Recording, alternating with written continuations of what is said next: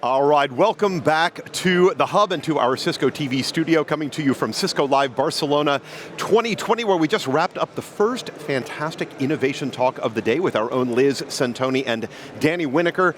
Huge amount of technology. We're going to try to break it all down to you into some bite-sized chunks that make it a whole lot easier to digest all of that content. I am Steve Moulter, glad to be with you here in studio. Remember to continue reaching out to us on all forms of social media using hashtag CLEUR. We've got the social media hub directly back over here behind us, this beautiful tower, and they are going to continue monitoring all of your comments, your photos, your videos, your thoughts on what's happening here in Barcelona, and they will continue to respond to every single one of you. So, what did we hear about? App Dynamics, Intersight, HyperFlex. We are actually going to get Liz Centoni back with us, according to my clock, about 23 minutes or so from now for our next innovation talk, but this time we're going to move on into IoT. We're going to get there in just a moment. And right now, as Liz leaves the innovation talk stage, she's going to get all of her gear off, and our own David Dela Cruz is going to grab Liz for a conversation, which we're going to get to in just a moment. Before we get there, though, let's take a moment to dive a bit deeper into Cisco HyperFlex. This is extending the simplicity of hyperconvergence from the core to the edge to the multi-cloud. We're going to show you a very, very quick videotape, just about 30 seconds or so. Enjoy this quick look at HyperFlex. We're going to see you right back here live in the studio as soon as it's done.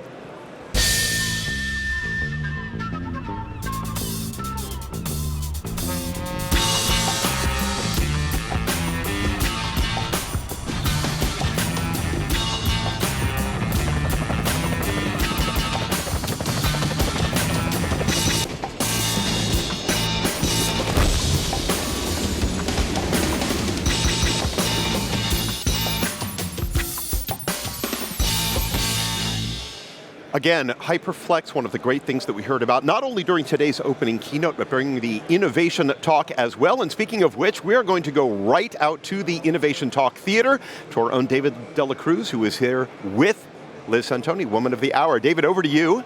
Thanks, Steve. Yeah, that's right. I'm just in front of the Innovation Theatre, and we just saw a really great innovation talk from Liz Centoni, who is our SVP and GM of Compute, Cloud, and IoT. That's a lot of jobs.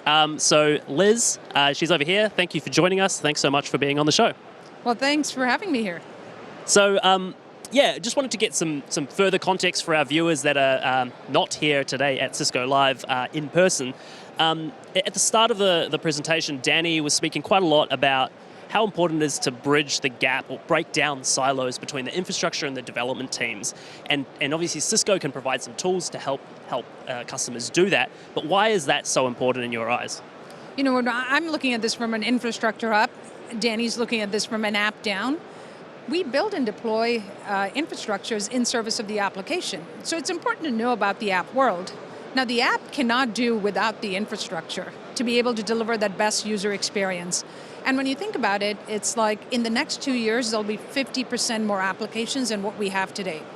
So when an average enterprise has, say, about 5,000 applications, that's 2,500 more. So I think it's really imperative that the two teams work together, because as Danny showed, the impact of not having the best end user experience means that you lose money. Or said another way, in more positive context, you can set yourself apart from the competition by having the best end user experience. Absolutely. I think Danny said something like a delay of 100 milliseconds can mean, a 1% more or less revenue. Do you think that's changed at all? Is the pace of this really increased or decreased? I would say it's increased more than anything else. When I think about, it's not just the 50% increase in applications, 50% of existing applications are going to be refactored, retired, or something's going to change. So when I go back to my prior example, that's another 2,500. The pace is actually going up, not just settling down. Absolutely. And you said earlier that 70% of investment is going into hybrid-style applications. Can you talk to me a little bit more about the hybrid world and how everyone is talking about it, and what are you seeing customers actually doing? What are you seeing them demanding from us and from our partners? Many times when you hear about data points, everybody talks about, look, everything's in the cloud. And there's a lot of applications that, newer applications and existing applications that do sit 100% in the cloud. But there's a lot of other applications that are sitting on premises. And while these are being refactored to use newer technologies and newer capabilities in the cloud, it's most often like the front end. Think about it as a catalog of a business that's sitting in the cloud. The back end is still sitting on-prem because the data is sitting on-prem, and data's got gravity for a number of reasons. You want more control over it, security, sometimes for a compliance reason, but sometimes the data just has to be on-prem because you need to be able to provide those business insights in almost real time. So you have your applications that are straddling this world of on-premises as well as a cloud, and sometimes multiple clouds as well. That is very much the reason you see our customers talking about the fact that 70% of even applications that are developed using containers are going to be in a hybrid world. Absolutely. Well, thank you so much for those interesting insights. I know you've got another session to run to, so thank you so much for your time. And we're heading back to Steve in the studio. Okay. Oh, sorry, we're back to me. This is the beauty of live theater. Every now and then things happen like that. Makes it more fun, and it's how you know that we're not pre-recorded.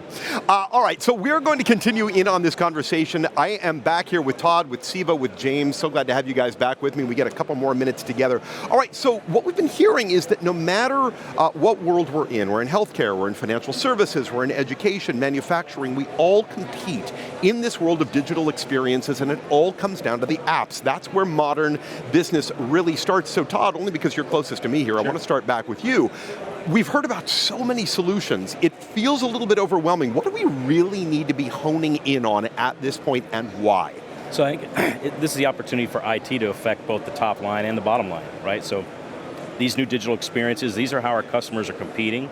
These are the new services that they're taking to their customers. This is how they're going to drive growth and be competitive. So here's an opportunity for IT to make that work better and help drive the top line, right? At the same time, we've historically seen a lot of over-provisioning of IT assets because everyone's so concerned about that experience that they build out, hey, maybe this thing is going to take X, we're going to do X plus, 0.5, right? So you're going to kind of over-provision. But with this optimization capability, the ability to see the telemetry of both the application, how it's performing, ensuring that it's performant, and then right-size the resources to that workload, but no more, we can eliminate a lot of cost, a lot of waste, right? Lower the cost of computing. So what we're talking about is really just the opportunity for IT to impact top line, bottom line at the same time with the right tooling. Right. James, let's go to you from the customer perspective at Dura Diamond Healthcare. Liz has been talking a lot about HyperFlex. We just saw the video there a moment ago. When we look at containers, talk about the work that we've been doing around Kubernetes and specifically how it aligns with your vision at Dura Diamond. Sure. So we're about to embark on our initial microservices journey.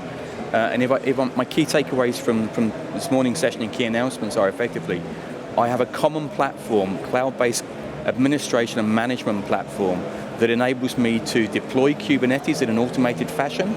I can delegate some of that administration down. I've got common interfaces that are common to the common Kubernetes platform, but I can also administer and manage and coexist with my existing VM estate. That's incredibly powerful. And then to Todd's point there, having the consistent telemetry across those two ecosystems is a very, very exciting development, especially as we start to kind of change the composition of apps to make them more cloud ready as well.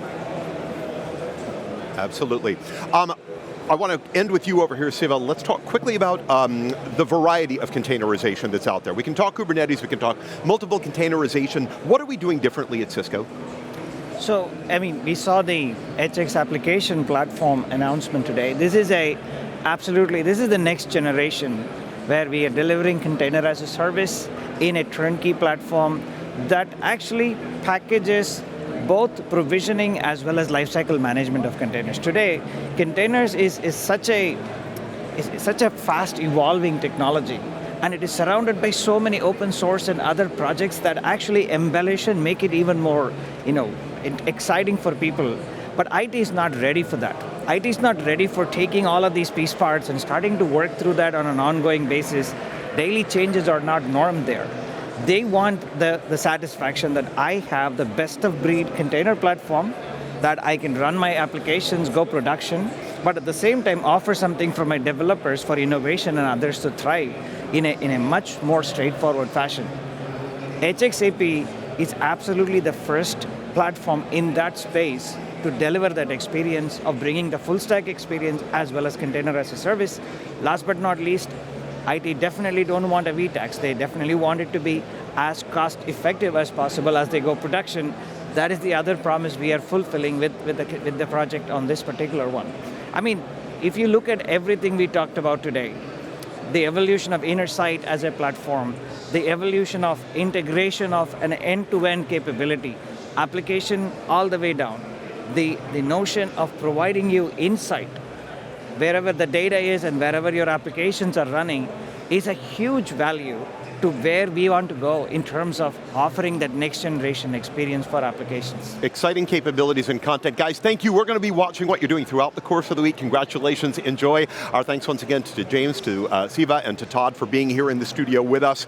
We are going to turn our focus to IoT. We're going to take a very, very quick 1-minute video break, and when we come back, we'll have our own Nish Parker hanging out in studio with Joe Malenfant, our Director of IoT Marketing. Remember, #CLEUR all day long. Enjoy the video. We'll see you back 1 minute from now.